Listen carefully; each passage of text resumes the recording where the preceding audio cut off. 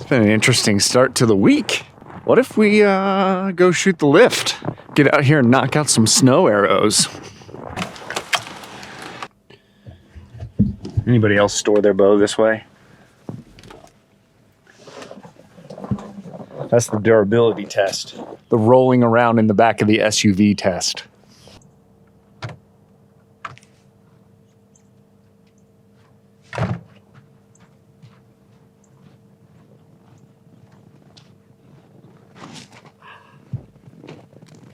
Did you know if you shoot your Reinhardts without putting them inside first, like in the winter like this, you're not going to get your arrows out until the spring? Let's talk about the Mathews LIFT and everything I don't like about it. This is going to be a short video. Standing out here in the cold, it's an aluminum risered bow. It's cold on the hands, and I'm stupid because I'm not wearing gloves.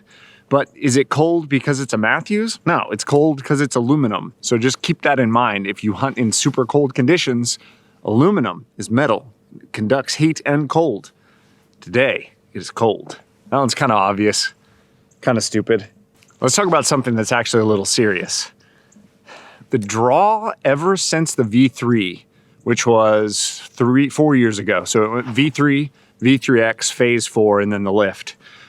On the Mathews seems to be more front-loaded. So it seems to be stiffer kind of right out of the gate, but the draw curve is super flat.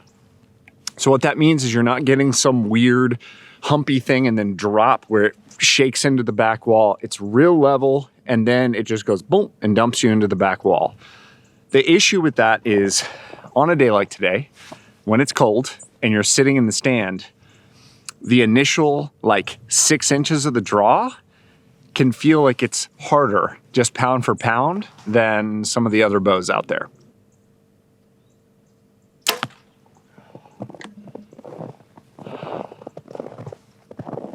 The draw still feels long. So Mathews, for some reason for me, has always felt like I'm extending much more, so I tend to want to move down a mod. Like, so I would go to the 29.5 instead of the 30. And I've never quite felt like I've got that perfect, because at 29 it feels a little tight, and at 30 it feels just a little long. So I tend to kind of opt for the longer draw length and stick with the 30.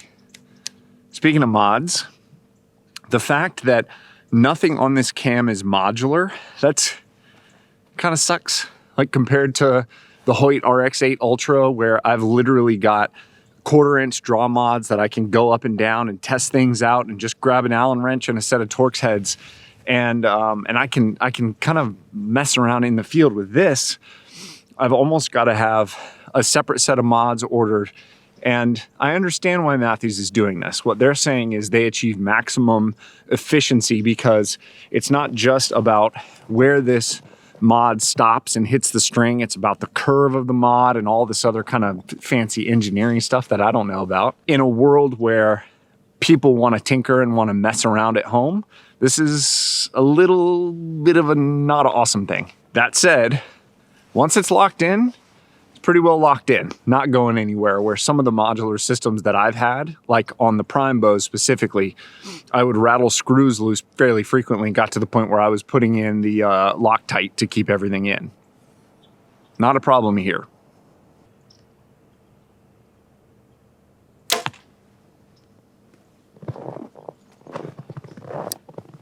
Next thing I don't like about this is the bridge lock stabilizers.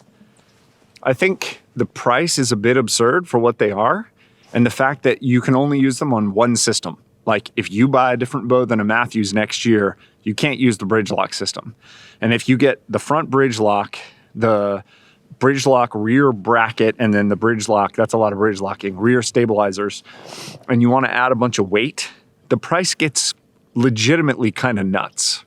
So that's one thing that I'm not a fan of. However, all the rest of the accessories that they've been coming out with, like these quivers, the inline quiver that's super tight, makes a big difference from a standpoint of how heavy this bow is. But we're not going to talk about the good parts in this video. We're just going to keep talking about the bad things. Video over.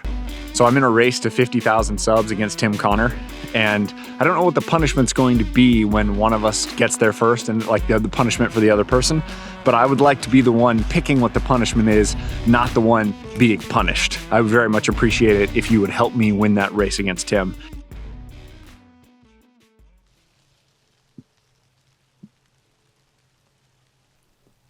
Don't look at me, just watch the bow.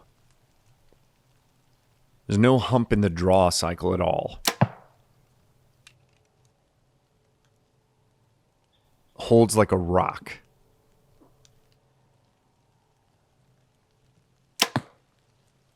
Maybe one more of these.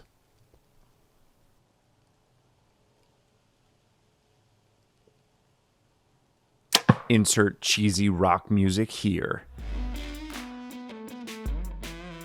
The 2024 Mathews LIFT 33 was a risk for Mathews.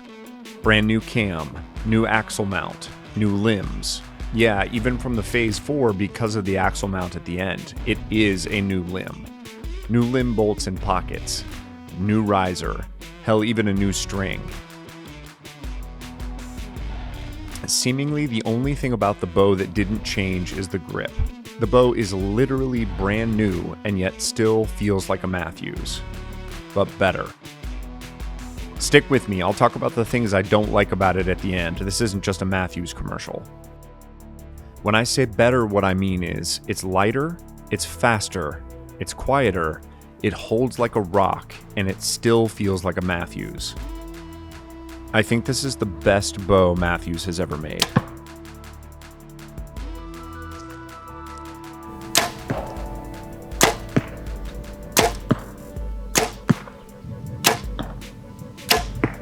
For me, the way a bow holds at full draw is near the top of my list of priorities. If the bow naturally wants to sit still, my target panic demons seem to be held at bay. This one is the 33, but if I was comfortable while shooting a 29.5, that's what I would go with. An aluminum risered bow that's under 4 pounds and feels the way these feel is incredible. Maybe this is a Mathews commercial. Thanks for watching. My name is Brandon McDonald.